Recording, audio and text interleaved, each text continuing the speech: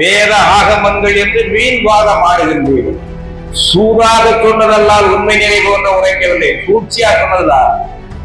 வள்ளலார் சொன்னார், வடநாட்டால் மரபல்ல, சமஸ்கிருத மரபல்ல என் மரபு, தமிழன் மரபு. என் முன்னோர்கள் வாழை வாழை என வந்த திருக்கூட்டம். ஆன்மீகம் என்றாலே துறவரம் போட வேண்டும் என்ற கட்டாயம் இல்லை. இல்லறம் நடத்தி கொண்டே ஆன்மீகத்தை சிறப்பாக கடைபிடிக்கலாம். சிறப்பாக இல்லறம் நடத்துங்கள் என்றுதான் நம்முடைய ஆன்மீகர்கள் சொன்னார்கள். போராண்ட அந்த முத்தமிழ் முருகன் சன்னதியில கருவறையிலே தமிழ் மன்றத்தில் அனுமதிக்கவில்லையே. சமூகத்தை மாற்றுவதற்கு களம் இறங்கி செயல்பட்ட ஆன்மீக புரட்சியாளர் விடலாம். ஆணும் பெண்ணும் எப்படி இருக்க வேண்டும் என்று இறைவனே ஆணும் பெண்ணுமாகத்தான் இருக்கிறார் என்று சொல்லுவார். நமக்குள் இறைவன் இருக்கிறார், இறைவனுக்குள் நாம் இருக்கிறோம் என்று பார்க்கக்கூடிய பார்வை தமிழ் சிவநெறியில் இருக்கிறது. மந்தேரிகளின் மொழியை தேவபாஷை என்றும் என் தாய் மண்ணில் நின்று கொண்டு ஒரு கழுதை சொன்னது என்றால், ஒரு நாய் குறைத்தது என்றால் பதிலடி கொடுக்க வேண்டும். பதிலடி கொடுத்தவர் வள்ளல் பெருமான். நம்முடைய வள்ளல் பெருமான் உனக்கும் கடவுளுக்கும் இடையிலே ஒரு நபர் தேவையில்லைதான் சொன்னார். பெண்ணினுள் ஆணும் ஆணினுள் பெண்ணும் அன்னுற வகுத்த அற்பெரும் ஜோதி என்பார். தமிழில் இருப்பதை விட ஆன்மீக இலக்கியங்கள், ஆன்மீக தர்க்கங்கள் எங்க இருக்கு? சமஸ்கிருதம் வந்து நம்மை இழிவுபடுத்தியது. நம்மை இழிவுபடுத்தியதை விட நம்முடைய தாய்மொழியை இழிவுபடுத்தியது. அதனால் சமஸ்கிருதத்தை இழிவுபடுத்துகிறோம். இல்லையே எந்த மொழியையும் நாம் இழிவுபடுத்த கூடாது.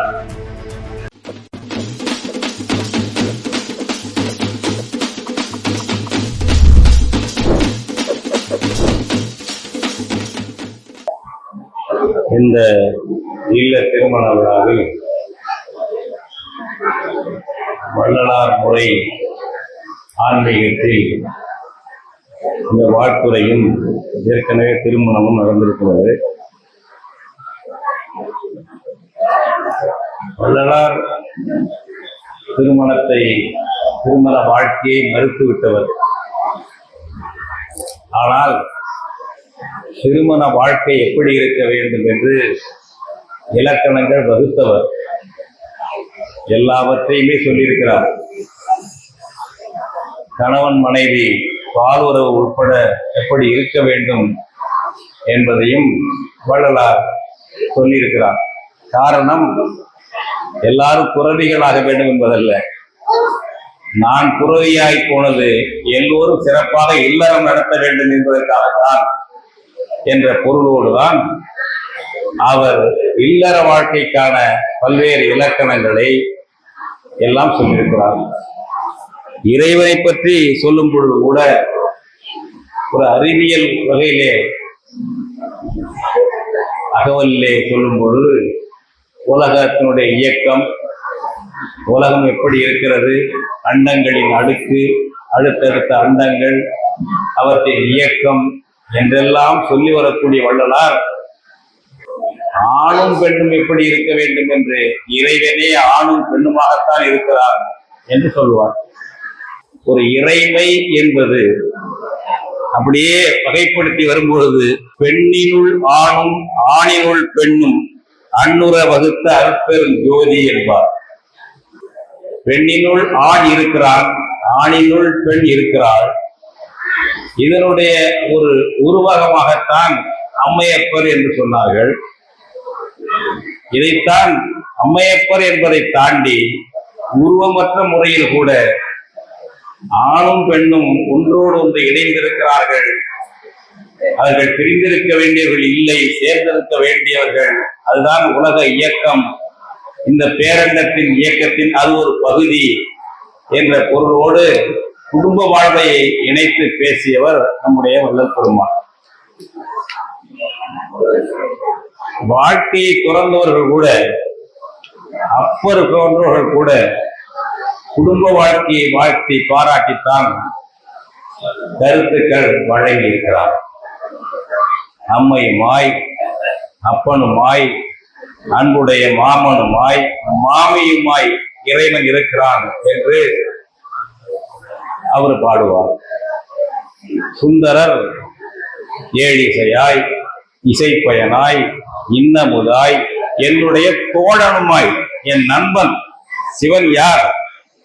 என் நண்பன். இப்படி சொல்லக்கூடிய ஒரு ஐக்கியம், ஒருங்கிணைப்பு தமிழர் ஆன்மீகத்தில் இருக்கிறது. வர்ணாசிரமம், வர்ண ஜாதி பேசி மனிதர்களை பிளவுபடுத்தாமல், இழிவுபடுத்தாமல், நமக்குள் இறைவன் இருக்கிறான், இறைவனுக்குள் நாம் இருக்கிறோம் என்று பார்க்கக்கூடிய பார்வை தமிழ் சிவநெறியில் இருக்கிறது. அதை மேலும் செழுமைப்படுத்தி துல்லியப்படுத்தி வள்ளல் பெருமான் வழங்கி இருக்கிறார். அந்த வகையில் தான் ஆன்மீகம் என்றாலே துறவரம் போட வேண்டும் என்ற கட்டாயம் இல்லை. இல்லறம் நடத்தி கொண்டே ஆன்மீகத்தை சிறப்பாக கடைபிடிக்கலாம். சிறப்பாக இல்லறம் நடத்துங்கள் என்றுதான் நம்முடைய ஆன்மீகர்கள் சொன்னார்கள். சிறப்பாக இல்லறம் நடத்துங்கள் என்பதுதான். இதை துறந்து விடுங்கள் என்பது மையமான ஆன்மீகம் தமிழர் ஆன்மீகத்தில் கிடையாது. அப்படிப்பட்ட ஒரு வள்ளல் பெருமான் நெறியை வாழக்கூடிய குடும்பத்தில் நடக்கின்ற இந்த திருமணம், அந்த மக்களும் மணமக்களும் மிகச்சிறப்பாக தோழனும் தோழியுமாக வாழுங்கள். ஆணுக்கு பெண் அடிமை அல்லது பெண்ணின் ஆணவத்துக்கு ஆண் அடிமை என்ற நிலையெல்லாம் வேண்டாம். தோழனும் தோழியுமாக சம உரிமையோடு, சம உறவோடு, ஒருவருக்கு மீது ஒருவர் அக்கறையோடு உங்களுக்குள்ளும் வாழுங்கள். உங்கள் குடும்பத்தினர், பெற்றோர், உறவினர் மீதும் ஒட்டுமொத்த மனித சமூகத்தின் மீதும் அந்த அக்கறையை காட்டுங்கள் என்பதுதான் நம்முடைய தமிழர் ஆன்மீக வழிபட்ட குடும்ப உறவு என்பது. அப்படிப்பட்ட ஒரு வாழ்க்கையை வாழ்ந்து கொண்டிருக்கின்ற குடும்பத்தில் நடக்கின்ற இந்த திருமணம் மற்றவர்களுக்கு எடுத்துக்காட்டாக அவர்கள் இல்லறத்தை நடத்தி காட்ட வேண்டும். 2 பேரும் நல்லா படிக்க வைத்திருக்கிறார்கள். மாப்பிள்ளை பொறியாளரா இருக்காரு, பொண்ணு டாக்டர் மருத்துவரா இருக்கு. அது 2 பேருமே பொறியாளர் இல்லாம, 2 பேருமே மருத்துவராக இல்லாமல் ஒருவர் பொறியாளராகவும் ஒருத்தர் மருத்துவராகவும் இருப்பது இன்னும் சிறப்பு. ஒரு நல்ல பொருத்தம். அப்படி உங்க குடும்பங்களிலே உங்களை படிக்க வைத்தும் இருக்கிறார்கள். எனவே அப்படிப்பட்ட பெற்றோர் மகிழக்கூடிய, உற்றார் பெருமைப்படக்கூடிய ஒரு நல்ல இல்லற வாழ்க்கையை நிதர்சனம் காயத்ரியும் நடத்த வேண்டும் என்று வாழ்த்துகிறேன். உங்கள் பெயர்கள் ஏதோ வழக்கத்தின் காரணமாக சமஸ்கிருதத்தில் வைத்து விட்டார்கள். உங்கள் பிள்ளைகள் பெயர்களை நல்ல தமிழில் வையுங்கள், நல்ல தமிழில் வையுங்கள். இப்பொழுது இன்னும் போய் தெருக்களில் விசாரித்தால், தொடக்க பள்ளிக்கூடங்களிலே போய் பார்த்தால், பிள்ளைகள் பெயர்களை கேட்டால் நாம உத்தரப்பிரதேசத்தில் இருக்கிறோமா பீகார் இருக்கிறோமா என்ற சந்தேகம் வரும். நம்ம பேரே இருக்கிறதில்லை. எல்லாம் முழுக்க முழுக்க இந்தி பெயர், சமஸ்கிருத பெயர் பிள்ளைகளுக்கு வைக்கிறார்கள். ஏன் இப்படி வைக்கிறீர்கள் என்று கேட்டால், நான் எங்க ஊர்ல ஜோசியரை கேட்டேன், ஐயரை கேட்டேன். அவர் காணாவில் வைக்க சொன்னாரு, மானாவில் வைக்க சொன்னாரு, சாணாவில் வைக்க சொன்னாரு. அதன்படி அவரே இந்த பேரை வச்சு கொடுத்தாரு, அல்லது நான் தேர்ந்தெடுத்தேன் என்று சொல்லுகிறார்கள். அப்படியெல்லாம் செய்யவே கூடாது. நம்முடைய பெருமக்கள் தமிழர் ஆன்மீகத்தை தனித்துவமாக வளர்த்தார்கள். திருநாவுக்கரசர் என்றால் அக்ரஹாரத்துக்கு தீட்டு, வாக்கீசர் என்பார்கள் அவர்கள் பாஷையிலே. நம்மவர்களும் அதை சொல்லுவார்கள். அது இழிவு. சமஸ்கிருதத்தில் சொல்வது இழிவு என்று நினைக்க வேண்டும். ஏன்? சமஸ்கிருதம் நம்மை இழிவுபடுத்தியது. நம்மை இழிவுபடுத்தியதை விட நம்முடைய தாய்மொழியை இழிவுபடுத்தியது. அதனால் சமஸ்கிருதத்தை இழிவுபடுத்துகிறோம். இல்லையே எந்த மொழியையும் நாம் இழிவுபடுத்த கூடாது. நான் திரும்ப திரும்ப சொல்வதுண்டு, நாடோடி வாழ்க்கை வாழ்ந்து கொண்டிருக்கின்ற நரிக்குறவர்களுடைய மொழி கூட, தாய்மொழி கூட அவர்களை பொறுத்தவரை தேவ மொழிதான். அதுதான் தலைமை மொழி, முதல் மொழி. அது எனக்கு மாற்று கருத்தே இல்லை. எங்கள் மொழியை நீச பாஷை என்றும் வந்தேரிகளின் மொழியை தேவ பாஷை என்றும் என் தாய் மண்ணில் நின்று கொண்டு ஒரு கழுதை சொன்னது என்றால், ஒரு நாய் குறைத்தது என்றால் பதிலடி கொடுக்க வேண்டும். பதிலடி கொடுத்தவர் வள்ளல் பெருமாள். அவர் வாழ்ந்த காலத்திலே காஞ்சி சங்கரமடத்திலே இருந்த ஒரு சன்னியாசி, சங்கரமட அதிகார பொறுப்பிலே இருந்த ஒரு சன்னியாசி, எல்லா மொழிகளுக்கும் தாய் பாஷை, மாத்திரு பாஷை சமஸ்கிருதம் தான் என்று பேசினாராம். உடனே வள்ளல் பெருமான் பதில் அடி கொடுத்தாராம். அப்படி என்றால் எல்லா மொழிகளுக்கும் தந்தை மொழி தமிழ் தான் என்று சொன்னார். அப்படித்தான் வள்ளலார் இருந்திருக்கார். எங்கேயும் பணிந்து போய்விடவில்லை, ஆரியத்துக்கு தாழ்ந்து போய்விடவில்லை. நாம் ஏன் ஆரியர்களை தாக்கி பேசுகிறோம்? நம்மை இழிவுபடுத்தியதால். இந்த தமிழ் ஜாதியில் ஒருத்தன் கூட பிராமணனுக்கு சமமானவன் கிடையாது. நீங்க நாங்க தொண்டை மண்டல முதலியார் என்று சொல்லலாம், சைவ வெள்ளாளர் என்று சொல்லலாம், நாட்டுக்கோட்டை செட்டியார் என்று சொல்லலாம், மற்ற பிற்படுத்தப்பட்ட வகுப்புகளை எல்லாம் சொல்லலாம். எல்லாரும் பிராமணர்களுக்கு சூத்திரர்களே. இங்க யாரும் தமிழர்களில் பிராமணர் கிடையாது, தமிழ் இனத்தில் சத்திரியர் கிடையாது, தமிழ் இனத்தில் வைசியர் கிடையாது. எல்லாரும் சூத்திரர்கள் தான். ராஜராஜ சோழனை கூட சூத்திர அரசன் என்றுதான் சொன்னார். இப்படிப்பட்ட ஒரு கும்பல், அந்த கும்பல் மீது நமக்கு என்ன மதிப்பு வரும், என்ன சமநீதி கொடுக்க முடியும்? சொல்லுங்க. இதனால்தான் நாம் எதிர்வினையாற்றி வருவதை தவிர இல்லை என்றால் எல்லாரையும் மதிக்க வேண்டும். நம்மவர்கள் சங்க காலத்திலிருந்து யாதும் ஊரே யாவரும் கேளீர் என்று சொன்னவர்களில் இருந்து உலகம் யாவையும் தாமுல காத்தலும் என்று நம் முன்னோர்கள் சொன்னார்கள். தலைவர் அவருக்கே அன்னவர் சரண் நாங்களே என்று கடவுளை தலைவர், ஒரு சமூகத்தை நடத்தக்கூடிய தலைவர் என்று சொன்னான் கம்பன். இப்படிப்பட்ட ஆன்மீகத்தை கொண்ட தமிழ் இனத்திடம் நீ ஆன்மீகத்தை கற்றுக்கொண்டு உன்னுடைய ரிக்வேதத்திலே சிவபெருமான் உண்டா? உன்னுடைய ரிக்வேதத்திலே திருமால் உண்டா? எதுவும் தெரியாது. இங்கே கற்றுக்கொண்டு நம்முடைய கடவுளை, அதற்காகத்தான் சொன்னார் திருநாவுக்கரசர், தென்னாடுடைய சிவனே போற்றி. எங்கள் சிவன் எந்நாட்டவர்க்கும் இறைவன், தற்பெருமைக்கல்ல, வேற எங்க கிடையாது.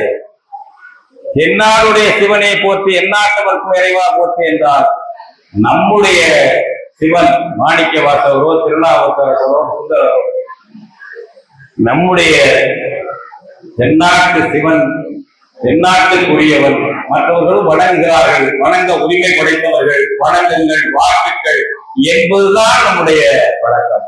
அதனால்தான் நாவுக்கரசர் சொன்னார், ஆரியன் கண்டாய் தமிழன் கண்டாய். தமிழன் உன்னுடைய இனம், ஆரியனும் உன்னை ஏற்றுக்கொண்டிருக்கிறார், நல்லது. இந்த பெருந்தன்மையை இழிவாக மாற்றியவர்கள் அவர்கள். இந்த காலத்தில் தான் 19ஆம் நூற்றாண்டில் ஒரு போராளி எழுந்தார். அவன் வேதம் என்றால் புனிதம் என்றான், ஆகமம் புனிதம் என்றான், வர்ணாசிரமம் புனிதம் என்றான். இதெல்லாம் பிராடு என்று சொன்னார். 19ஆம் நூற்றாண்டு வேத ஆகமங்கள் என்று வீண்வாதம் ஆடுகின்றீர்கள். சூதாக சொன்னதல்லால் உண்மை நினைவு ஒன்று உரைக்கவில்லை, சூழ்ச்சியா சொன்னதுதான். வள்ளலார் சொன்னார். இன்னைக்கு பேசினா வழக்கு கூட வரலாம். 19ஆம் நூற்றாண்டில் நம்ம இனத்தில் தோன்றிய ஆன்மீக பெருமான் ஆரிய ஆதிக்கத்தை, பொய் புரட்டுக்களை, மனிதர்களை பிளவுபடுத்தி உயிர்தாழ்வு கற்பிக்கும் அந்த ஏமாற்று மோசடியை வெளிப்படையாக தாக்கினார் வள்ளலார். வேத ஆகமங்கள் என்று வீண்வாதம் ஆடுகின்றேன். இன்னைக்கு சொல்றானே, பழனி முருகன் கோயிலில் தமிழில் தான் மந்திரம் சொல்ல வேண்டும் என்றால் என்ன சொல்கிறார்? பிராமணன் தான். தமிழினத்திலே பிறந்த பண்டாரம் என்ற ஒரு வகுப்பினர், உயர் அறிவு பிரிவினர். பண்டாரம் என்றால் அறிவு களஞ்சியம் என்று பொருள். நெல் வைக்கக்கூடியதும் பண்டாரம் என்று ஆயிற்று. பிற்கால சோழர்கள் காலத்திலே ஒரு நூலகம் உண்டாக்கினார்கள். அதற்கு பெயர் தஞ்சாவூரிலே சரஸ்வதி பண்டாரம். சோழர்கள் அழிக்கப்பட்டு தெலுங்கர்கள் வந்தார்கள், மராட்டியர்கள் வந்தார்கள். அவர்கள் அந்த நூலகத்தை சரஸ்வதி பண்டாரம் என்பதை சரஸ்வதி மகால் என்று மாற்றினார்கள். நம்மவர்கள் வைத்த பெயர் சரஸ்வதி பண்டாரம். ஏன்? அறிவு களஞ்சியம், அறிவுத்துறை சார்ந்தது. கோயில்களில் அவர்களை பூசாரிகளாக இருப்பார்கள். அவர்கள் பழனி ஆண்டவர் கோயிலில் பூசாரி ஆயிருந்தவர் அவர்கள்தான். திருமலை நாயக்கருடைய ஆட்சியில் படைத்தலைவராக இருந்த ராமப்ப ஐயன் என்ற ஒரு பிராமணன் முகாம் போடுகிறான் பழனியிலே. மலையிலே போய் சாமி போட வேண்டும், எல்லாரும் போகிறார்கள் என்று அவன் விரும்புகிறான். வைணவத்தை சேர்ந்தவர்கள். யார் அங்கே திருநீர் கொடுப்பார் என்று கேட்கிறார். தமிழர் பண்டாரன் என்பவர். வெளியேற்று. அவன் ஆட்சி செய்கிறான், படை வைத்திருக்கிறான். தெலுங்கு பேசக்கூடிய பிராமணர்களை அழைத்து வா, பூசாரி ஆட்சி என்று செய்தவன் திருமலை நாயக்கனுடைய படைத்தலைவன் ராமப்ப ஐயன் என்ற பிராமணன் தளபதி. அன்றிலிருந்து இன்று வரை அங்கே போய் பாருங்கள். புலிப்பாணி அந்த வம்சத்தை சேர்ந்தவர் ஒதுக்கப்பட்டு ஓரத்திலே கிடக்கிறார் பழனியிலே. பிராமணன் உள்ளே இருந்து கொண்டு அர்ச்சனை செய்கிறார். பழனியிலே மாநாடு நடத்தினார்கள். போன ஆண்டு குடமுழுக்கு நடத்தினார்கள். நாங்கள் போய் சேகர் பாபுவிடம், அறநிலைத்துறை அமைச்சரிடம் நீதிமன்ற தீர்ப்புகளை காட்டி தமிழில் பாதி சாஸ்திரத்தில் பாதி செய்ய வேண்டும். தஞ்சை பெருவுடையார் கோயிலை ஒட்டி அந்த தீர்ப்பை வாங்கியிருக்கிறோம். கரூர் பசுவதீஸ்வரர் கோயில் குடமுழுக்கை ஒட்டி அந்த தீர்ப்பை வாங்கியிருக்கிறோம். பிரபாகரன் புகழேற்றி அமர்வு கொடுத்தது என்றெல்லாம் அந்த நகல்களை காட்டி சேகர்பாபுடன் பேசி, அன்றைக்கு இந்து அறநிலையத்துறை ஆணையராக இருந்த குமர குருபரனிடம் வாதாடி பார்க்க முடியவில்லை. சேகர்பாபு அங்கு நின்று கொண்டு அடியாள் மாதிரி இருந்து கொண்டு சமஸ்கிருதத்தில் தான் கருவறைக்குள் நடக்க வேண்டும், வேள்வி சாலையில் தமிழனை மந்திரம் போல விடக்கூடாது, ஓரம் ஒதுக்கிலே தமிழனை ஏதாவது பாட சொல்லு, கந்தசக்தி பாட சொல்லு, ஒலிபெருக்கியை ஒலிபெருக்குங்கள், வெளியே கும்பல் தமிழில் அக்கறை நடப்பதாக கருதி கொள்ளட்டும் என்று ஏமாற்று வேலை செய்தவர் ஆணையத்துறை அமைச்சர் சேகர்பாபு. நீங்க அந்த மண்ணிலே போய் முத்தமிழ் மாநாடு நடத்துவீங்க. முத்தமிழ் முருகன் போராண்ட அந்த முத்தமிழ் முருகன் சன்னதியில கருவறையிலே தமிழ் மந்திரம் சொல்ல அனுமதிக்கவில்லையே, அருணகிரியார் பாடலை சொல்ல அனுமதிக்கவில்லையே. அருணகிரியார் தான் பாடினார், செந்தமிழால் வைதாரையும் அங்கு வாழ வைப்பான் முருகன். தமிழ்ல திட்டுனாக்க உன்னை வாழ பாண்டா. பாடினது யாரு? அருணகிரியார்.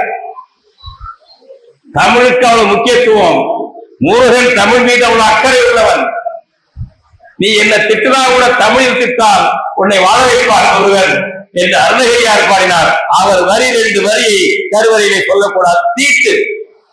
நீங்கள் தளபதிகள், காவலர்கள், மந்திரிகள் எல்லாம் என்ன முத்தமிழன் முருகன் வந்து விட்டால் 2026 தேர்தல் வரப்போகிறது என்பதாலா ஒவ்வொரு கோயிலும் போய் போராட்டம் நடத்துகிறோம். தமிழில் அர்ச்சனை செய். தீர்ப்பு இருக்கிறது, உயர்நீதிமன்ற தீர்ப்பு. பாதி கிருபாகரன் ரொம்ப கடுமையா போட்டார், தமிழ்ல தான் செய்யணும். யாராவது கேட்டா தமிழ் பாதி சான்ஸ்கிரிட் பாதின்னு வச்சுக்க, ஆட்டோமேட்டிக்கா தமிழ் தான் செய்யணும். அழைப்புகள் முழுக்க தனித்தமிழில் இருக்க வேண்டும். சான்ஸ்கிரிட்ல இருந்தா 10 லட்சம் ரூபாய் அபராதம் போடுவேன் என்று திறந்த நீதிமன்றத்தில் எச்சரித்து 7 வழியில் வந்தது கிருபாகரன் பேசி. இவ்வளவு போராடணும். எங்கேயாவது தமிழ்ல மந்திரம் இருக்கா? நம்முடைய வள்ளல் பெருமான் உனக்கும் கடவுளுக்கும் இடையிலே ஒரு நபர் தேவையில்லைன்னு சொன்னார். உனக்கும் கடவுளுக்கும் இடையிலே ஒரு நபர் தேவையில்லை. நீ நேரா கும்பிடு, ஒளியை கும்பிடு, என்ற உறவு வேண்டாம். நீ திருநீர் பூச வேண்டும் என்ற அவசியம் கூட இல்லை. இப்படி கடவுளோடு மனிதர்களை ஐக்கியப்படுத்திய வள்ளல் பெருமான் என்ன சொல்கிறார்கள்? நமக்கு இடையிலே ஒருத்தர் இருக்கணும், அது தமிழனா இருக்கக்கூடாது, ஆரியன் தான் இருக்க வேண்டும். இந்த நாட்டுல என்னங்க முறை? என்ன சுதந்திரம், என்ன ஜனநாயகம்? தமிழில் இருப்பதை விட ஆன்மீக இலக்கியங்கள், ஆன்மீக தர்க்கங்கள் எங்க இருக்கு? புராணம் எழுதி வச்சிருப்ப, அது இது, இவன் உயர்ந்தவன் அவன் உயர்ந்தவன், தவம் பண்றான், சூத்திர பையன் தவம் பண்ணான்னா அடிச்சு கொள்ளாத ராமன் சொல்லி அடிச்சு கொண்டுட்டான் ராமன். வால்மீகி ராமாயணம் தானே, சூத்திரன் தவம் பண்ணக்கூடாது, தவம் பண்ணா அவனை அடிச்சு கொள்ளணும். ராமெல்லாம் செஞ்சாரா இல்லையா? இவங்கெல்லாம் கதை. அவன் பேர் என்ன? வில்வித்தை கத்துக்கிட்டு போனானே ஏகலைவன். ஏகலைவன் வில்வித்தை கத்துக்கிட்டு போய் துரோணாச்சாரி கத்து தர மறுத்துட்டான். சத்திரியனுக்குத்தான் நான் வில்வித்தை கத்து தருவேன், நீ சூத்திர பய உனக்கு கத்தர முடியாதுங்கிறான்.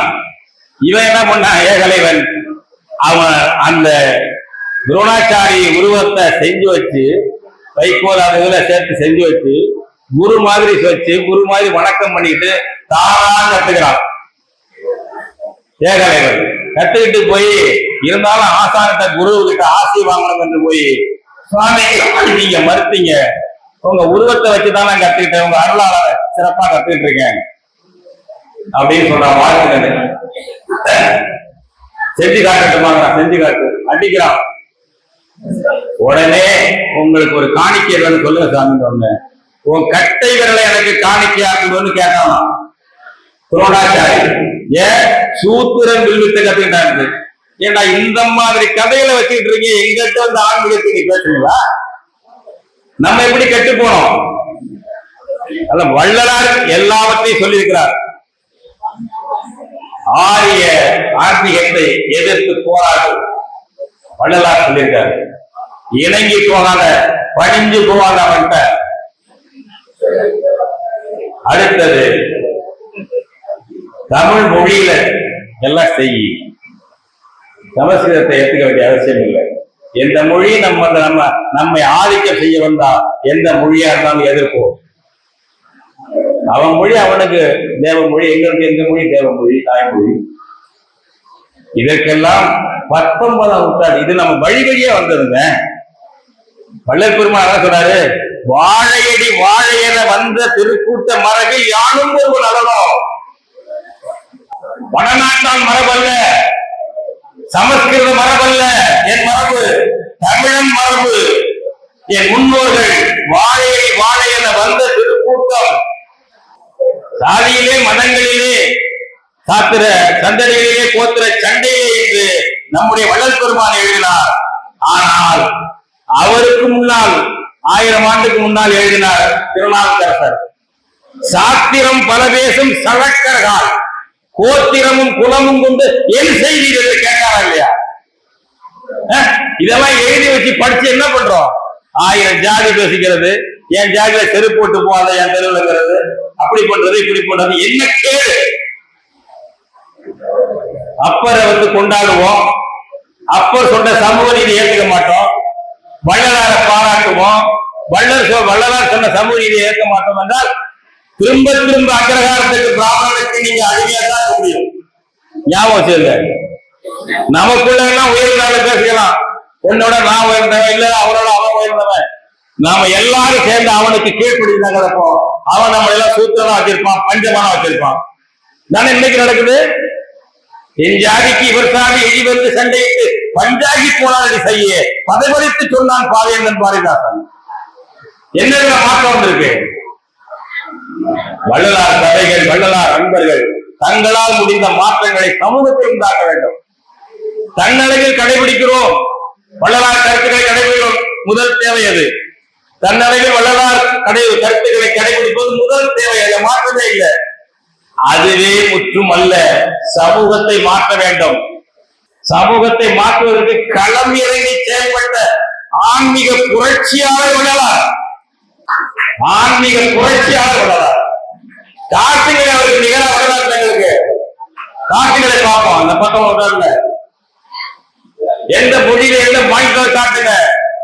எங்க வள்ளலாருக்கு நிகழா சமூக புரட்சியை மாடர்னைசேஷன் ரெவல்யூஷன் ஆன்மீகத்தில் பேசியவரை காட்டு பக்கம் விட்டாங்க வள்ளல் பெருமான் தான்.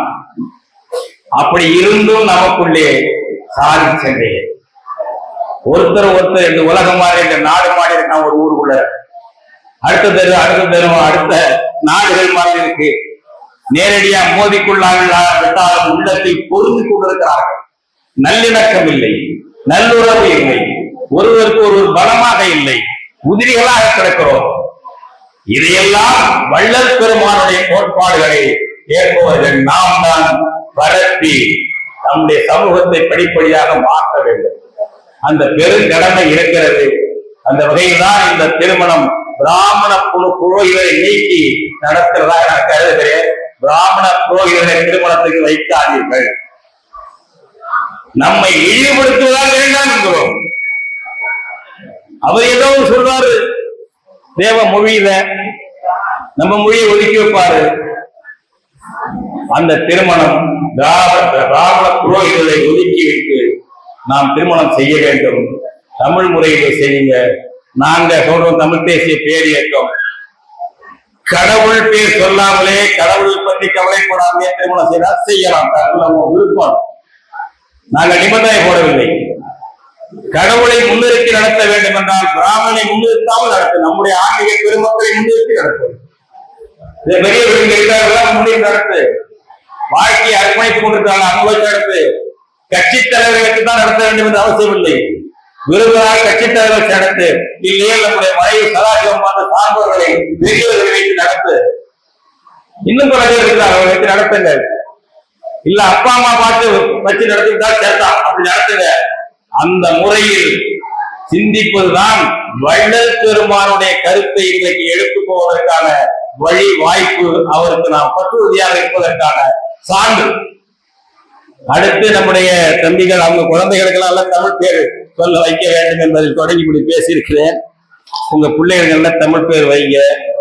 நிதர்சனம், காயத்ரியம். குடும்ப கட்டுப்பாடெல்லாம் பண்ணிக்கிட்டு ஒரு குழந்தை 2 குழந்தை கேட்கிறாங்க. எவ்வளவு முடியுமோ அவ்வளவு பிள்ளைகளை பெற்றுக் கொடுங்க. உங்க சக்தி. மனத்தோட சொல்றேன், நான் பாதிக்கப்பட்டத சொல்றேன். அதை யார் கேட்டீங்க? உண்மையே சொல்றேன். உண்மையில் பாதிக்கப்பட்டதால சொல்றேன். அதையாவது எடுத்துக்கங்க. பெண்களுக்கு சிரமம்.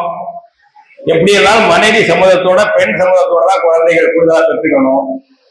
குறைந்தபட்சம் நான் சொல்றேன், காயத்ரிக்கு 3 குழந்தையாவது பெற்றுக்கங்க. ஆமா, 3 குழந்தையாவது பெற்றுக்கங்க. இன்னும் நிறைய பேர் நம்ம மக்கள் தொகை குறைஞ்சிட்டு வருது. தமிழர்களுடைய மக்கள் தொகை இந்தியாவில் குறைஞ்சிட்டே வருது. வரவெல்லாம் ஒரு குடும்பத்துல 2 குழந்தைய பார்க்கறதே அரிதா இருக்கு. இன்னொன்னு, சில சில பிள்ளைகளுக்கு கருத்தரிப்பே இல்லாம போயிடுது. பல பாதிப்புல நம்ம கிடக்கிறோம். இந்த இனத்தை பாதுகாப்பது, நம்முடைய மக்களை பாதுகாப்பது மட்டுமல்ல, நம்ம தாயகத்தை பாதுகாப்பது, நம்ம ஆன்மீகத்தை பாதுகாப்பது, நம்ம வள்ளல் புகழை பரப்புவது, பாதுகாப்பது, நம்முடைய நெறிகளை பாதுகாப்பது என்ற பொது பொறுப்புணர்ச்சியும் வேண்டும். நாம குடும்பம் நடத்துவது நம்ம 2 பேருடைய சுயநலம் என்று மட்டும் நினைக்காதீர்கள். ஒரு இனத்தினுடைய சிங்கிள் யூனிட், ஒரு ஃபேமிலி என்பது, ஒரு குடும்பம் என்பது தமிழ் இனத்தின் ஒரு சிங்கிள் யூனிட். அது இல்லாமல் தமிழ் இனம் இல்லை. அந்த வகையிலே பொறுப்போடு சிந்தித்து சிறப்பாக நல்லபடியாக வாழுங்கள். கோபதாபங்கள் எல்லாம் வரும், அது இயல்புதான். அதுக்கு நம்ம ஆட்கள் நல்ல பேர் வச்சிருக்காங்க. அந்த காலத்துல சண்டை வம்பெல்லாம் ஊழல் வந்துட்டு போறது. அது ஊழல்னா இடையில வந்துட்டு போறது. அது மாதிரி இருந்தா அதுக்கு நம்முடைய பேராசான் திருவள்ளுவர் ஒரு வழி சொல்லியிருக்காரு. நம்ம நம்பிகள் நிதர்சனம், காயத்ரி என்ற திருக்குறளை ஞாபகம் வச்சுங்க. பேசிக்காம இருக்காங்க ஒரு குடும்பத்துல. திருவள்ளுவர் போறாரு வழியில, வீட்டுல போய் வெளியில உட்காந்து தண்ணி கேட்கிறாரு. அந்த பாப்பா தண்ணி ஒன்று குடிக்கிறாங்க. பையனை இலசா இருக்கா, பொண்ணு கல்யாணமா நடந்திருக்கு. ஒரு 6 மாதம் 1 வருஷம் இளைப்பாரி இந்த தண்ணியில உட்கார்ந்து இருக்காரு. அந்த இளைப்பாரி என்ன 2 பேரும் பேசிக்காமே இருக்காங்களே மணிக்கணக்கா என்று அந்த பெரியவர் பாக்குறாரு. அந்த பொண்ணை கூப்பிட்டு கேட்கிறாரு, என்னமா 2 பேரும் இளம் ஜோடி மாதிரி தெரியுது, பேசிக்காம இருக்கீங்கன்னு. ஆமா தாத்தா, கொஞ்சம் பொணக்கு. எத்தனை நாளா பேசியாம வரீங்க? 3 நாளா பேசியாம இருக்கோம். ஆனா பாதிகளா ஏன் 3 நாளா பேசியாம வரீங்க? நான் பேசலான்னு தான் நினைச்சேன். வம்பு இருக்கிறது அவரு, நம்ம ஏன் வழியை பேசணும்னு பேசல. அந்த பொண்ணு சொல்லுது, அந்த பையனை ஏப்பா நீ தான் ஏதோ கூடுதலா பேச வந்துருக்க, நீ தான் பேசா, நான் பேசலான்னு தான் பார்த்தேன் தாத்தா. 2வது நாள் என்ன இருந்தாலும் நம்ம ஆம்பளை நம்ம வழியை பேசக்கூடாது இருந்துட்டேன்னா கௌரவம் பார்ப்பாரு. தம்பியில பெரிய சொல்றாரு, கணவன் மனைவிகள்ல உனக்கு வந்தா யாரு முந்தி பேசி தோத்து போறீங்களோ அவங்கதான் வென்றதா அர்த்தம் அப்படிங்கிறாங்க. 2000 ஆண்டுக்கு முன்னாடி யாரு முந்தி பேசி தோத்து போறீங்களோ அவங்கதான் ஜெயிச்சதா அர்த்தம். ஊடலில் தோற்றவர் வென்றார். எப்படி பிரேஸ்? ஊடலில் தோற்றவர் வென்றார், அது மண்ணும் கூடலில் காணப்படும். கணவன் மனைவிக்கு இடையில கணக்கு வந்து வளைந்து பேசி சமரசாயிட்டீங்கன்னா தோத்து போனது ஆணா இருந்தாலும் அல்லது பெண்ணா இருந்தாலும் 2 பேரும் இன்பமான அடுத்து வாழும் பொழுது அதுதான் தெரியும் தோத்தவர் தான் வெற்றி பெற்றார் என்று. அப்படி இந்த குரலையும் ஞாபகம் வைத்துக் கொண்டு இனிமையாக இல்லத்தை நடத்துமாறு மணமக்களை வாழ்த்தி வாழ்க வாழ்க என்று விடைபெறுகிறேன். நன்றி, வணக்கம். இவ்வாறான பல செய்திகளை, பல சிக்கல்களுக்கு விடை கிடைக்கக்கூடிய செய்திகளை தமிழர் கண்ணோட்டம் வலையொலியில் வெளிப்படுத்தி வருகிறோம். இது தற்சார்பாக செயல்படுவதற்கு நிதி தேவைப்படுகிறது. இந்த நிதியை நம்முடைய மக்களாகிய நீங்கள் தான், இளையோரும் பெரியோரும் நண்பர்களும் தோழர்களும் சான்றோரும் நீங்கள் உங்களால் இயன்ற அளவு என்ன இயலுமோ அந்த நிதியை வழங்குமாறு அன்போடும் உரிமையோடும் கேட்டுக்கொள்கிறேன். உங்களுக்கு நன்றி உணர்வோடும் பொறுப்புணர்வோடும் தமிழர் கண்ணோட்டம் செயல்படும் என்பதை உறுதி தெரிவித்துக் கொள்கிறேன். நன்றி, வணக்கம்.